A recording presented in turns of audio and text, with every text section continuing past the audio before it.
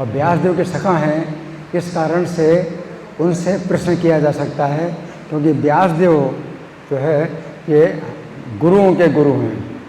व्यासदेव ही जो है एक प्रामाणिक आचार्य हैं, जो कि शास्त्र जिन्होंने लिखे।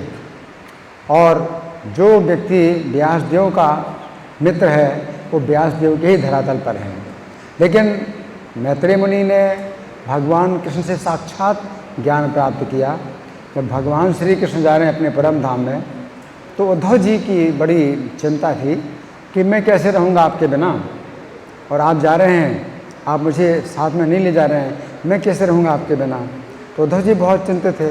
तो भगवान ने उद्धव जी को वो ज्ञान दिया, तो वो श्रीमद् भागवत उद्धव जी को प्रदान किया। और मैत्रेय मुनि जो है वहाँ आ गए, और उनको जो है ये प्राप्त हो गया ज्ञान बिना प्रश्न किए, उद्धव जी की कृपा से, कि उद्धव जी को भगवान दे रहे हैं ज्ञान, तो मैत्रेय मुनि ने भी जो है प्राप्त कर लिया। तो ऐसे भी ज्ञान प्राप्त होता है कि एक व्यक्ति जो है प्रश्न करता है, लेकिन बाकी जो लोग हैं तो वो सब प्रश्न नहीं करते हैं। एक व्यक्ति के प्रश्न से सब लोग लाभान्वित हो जाते हैं और ज्ञान प्राप्त होता है। तो क्लास में जो है मतलब ऐसा नहीं होता कि भाई सब लोग प्रश्न करें, सब लोगों को प्रश्न करने का मौका दिया जाए। तो मैत्रेय मुनि ने पूरा ज्ञान प्राप्त कर लिया। उद्धव जी प्रश्न करते हैं भगवान कृष्ण से, और भगवान कृष्ण उद्धव जी को ही उत्तर देते हैं। तो श्रीमद् भागवत के 11वें स्कंद में 7वें अध्याय से लेकर के और 33वें अध्याय तक या 32वें अध्याय तक लगातार भगवान कृष्ण उद्धव जी को ज्ञान दे रहे हैं। तो मैत्रेय मुनि ने कोई प्रश्न नहीं किया, लेकिन उद्धव जी के प्रश्न को सुन रहे हैं और भगवान के उत्तर को सुन रहे हैं, और उनको पूरा ज्ञान प्राप्त हुआ। तो भगवान ने फिर जो है मैत्रेय मुनि को आदेश दिया कि ये ज्ञान आप विदुर जी को देना।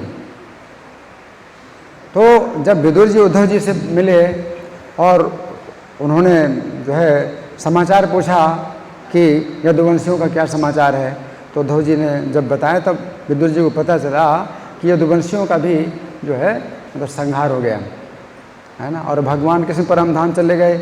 ये भी समाचार उद्धव जी से विदुर जी को प्राप्त हुआ। तो बड़े चिंतित हो गए, और विदुर जी जो है आप सुनना चाहते हैं उद्धव जी से कि आपको जो है भगवान ने ज्ञान दिया, तो आप मुझे ज्ञान दीजिए। तो उद्धव जी कहते हैं कि अगर मैत्रेय मुनि हैं, अगर हैं जो कि आपसे बढ़कर के हैं, तो विदुर जी तो व्यास जी के पुत्र हैं, तो मैत्रेय मुनि जो है व्यास जी के बराबर धरातल के हैं, तो आपके पिता के समान हैं मैत्रेय मुनि, तो आप उन्हीं से पूछिए।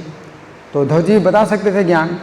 उद्धव जी ने सोचा जब मैत्रेय जी स्वयं जो है शिक्षित हो चुके हैं भगवान के द्वारा, और विदुर जी के पिता के समान हैं, व्यास जी के समान हैं, तो उनसे आप ज्ञान प्राप्त करिए। उद्धव जी ने कहा कि आपको जो है मैत्रेय मुनि ज्ञान देंगे।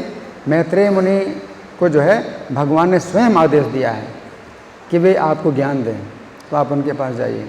तो विदुर जी को बहुत इस बात की जो है खुशी हुई, हर्ष से फूले नहीं समा रहे कि भगवान ने मेरा भी स्मरण किया था, और मुझे देने के लिए, ज्ञान देने के लिए भगवान ने मैत्रेय मुनि को आदेश दिया। इस प्रकार से विदुर जी मैत्रेय मुनि से प्रश्न कर रहे हैं, और मैत्रेय मुनि प्रीता प्राह यानी प्रसन्नतापूर्वक जो है बोलने लगे। आन्विक श्याम प्रचोदिता, तो आन्विक श्याम का मतलब आध्यात्मिक ज्ञान, तो कृष्ण के संबंध में जो ज्ञान है उसके संबंध में उन्होंने जो है मैत्रेय मुनि को प्रेरित किया बोलने के लिए। इसलिए मैत्रेय मुनि बड़े प्रसन्न हुए। इस बात को लेकर के प्रभुपाद जो है ये बहुत अच्छा हमें मतलब शिक्षा दे रहे हैं, बहुत अच्छी शिक्षा दे रहे हैं कि जो गुरु होते हैं तभी प्रसन्न होते हैं जब शिष्य उनसे आध्यात्मिक जिज्ञासा करे, है ना। तो मैत्रेय मुनि जो है इसीलिए बहुत प्रसन्न होकर के विदुर जी को ज्ञान दे रहे हैं, क्योंकि विदुर जी ने इधर उधर की बातें नहीं पूछी हैं, उन्होंने कृष्ण के संबंध में पूछा है। तो द्वैपायन सखा एवं मैत्रेयो भगवान था, और मैत्रेय को भगवान का इस संबंध में प्रभुपाद ने बड़ा अच्छा प्रकाश डाला है। तो जो भगवान शब्द है तो कई बार जो है दूसरे लोगों के लिए प्रयुक्त होता है भगवान के अलावा। तो ये भगवान शब्द जो शास्त्रों में है तो उसके कई अर्थ होते हैं, और कई बार जो है भगवान शब्द का जो प्रयोग होता है उस अर्थ में नहीं होता है कि जो सर्वोच्च व्यक्ति हो, है ना। तो भागवतम में भगवान शब्द का प्रयोग मैत्रेय मुनि के लिए हुआ, इंद्र देवता के लिए भी हुआ, और बहुत से नारद जी के लिए भी हुआ, व्यास जी के भी लिए हुआ।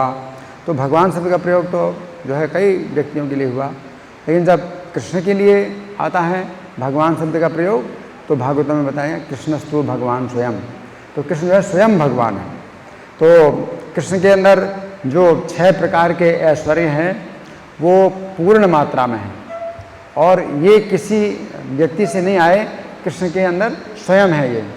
लेकिन जब किसी व्यक्ति को हम भगवान कहते हैं तो 6 प्रकार के ऐश्वर्यों में से कोई भी ऐश्वर्य है, एक ऐश्वर्य है, अगर किसी के अंदर ज़्यादा है, चाहे धन संपत्ति ज़्यादा हो, चाहे ज्ञान ज़्यादा हो, चाहे विरक्ति ज़्यादा हो, तो 6 ऐश्वर्यों में से कोई भी एक ऐश्वर्य अगर सामान्य लोगों की तुलना में ज़्यादा है तो उसको भगवान शब्द का प्रयोग किया जाता है। वाल्मीकि रामायण में तो श्री राम के लिए भगवान शब्द का प्रयोग है ही नहीं, और भगवान शब्द का प्रयोग बाकी सब के लिए, जितने भी ऋषि हैं उनके। क्यों? क्योंकि भगवान शब्द का प्रयोग जो है किया जाता है तो ये निर्भर करता है बोलने वाले के ऊपर कि वो किस अर्थ में भगवान शब्द का प्रयोग कर रहा है ना। तो श्रीमद् भागवत में कृष्ण के लिए कहा गया तो स्वयं भगवान, या भगवद गीता में कहा गया तो श्री भगवान।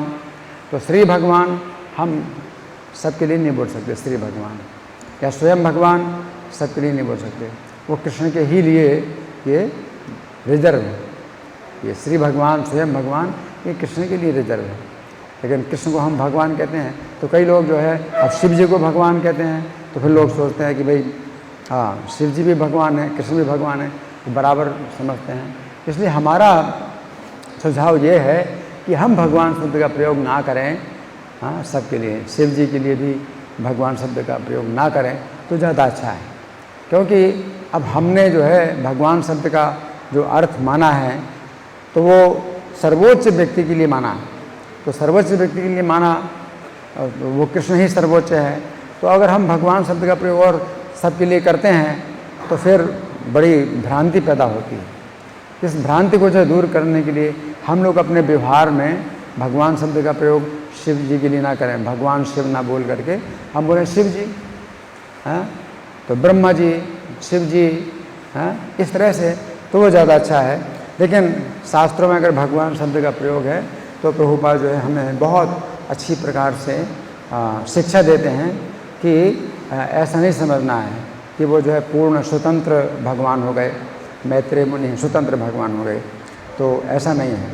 तो मैत्रेय मुनि को जो है भगवान कृष्ण ने साक्षात जो ज्ञान दिया है और उनको ही आदेश दिया कि ये ज्ञान आप विदुर जी को बता देना ना। तो इसी भगवान की आज्ञा के अनुसार मैत्रेय मुनि जो है बहुत प्रसन्नतापूर्वक विदुर जी को बतला रहे हैं, और विदुर जी के प्रश्नों से भी बहुत प्रसन्न हुए कि प्रश्न जो है उन्होंने किस प्रकार से किए। यद्यपि विदुर जी स्वयं यमराज, 12 महाभागवतों में से एक यमराज ही हैं विदुर जी, लेकिन एक जो है आदर्श जो मतलब शिष्य होता है तो उसका जो है वो जो है अभिनय कर रहे हैं। विदुर जी एक आदर्श शिष्य का अभिनय कर रहे हैं, और इससे भी हमें बड़ी शिक्षा प्राप्त होती है कि विदुर जी यद्यपि सर्वज्ञ सर्वज्ञाता है, वो भी यमराज हैं, और पापियों के पापों को वे जो है जान लेते हैं परमात्मा की ज्ञान शक्ति के द्वारा कि इस पापी को कैसी गति मिलनी चाहिए, इसको किस योनि में डाला जाए, और बड़ी जल्दी निर्णय कर लेते हैं उसके जीवन भर के किए हुए पाप और पुण्यों का, और तुरंत ही जो है उसको निश्चित कर देते हैं कि इसको क्या अच्छी गति मिलनी चाहिए या कैसी दुर्गति मिलनी चाहिए। तो यमराज हैं वो स्वयं विदुर जी, लेकिन एक आदर्श शिष्य का जो है वे जो अनुकरण कर रहे हैं, तो वो हमारी शिक्षा के लिए है कि कैसे हम जो है जो सर्व तत्वदर्शी जो महात्मा होते हैं उनके पास जाएं और हम उनसे प्रश्न करें। हरे कृष्ण।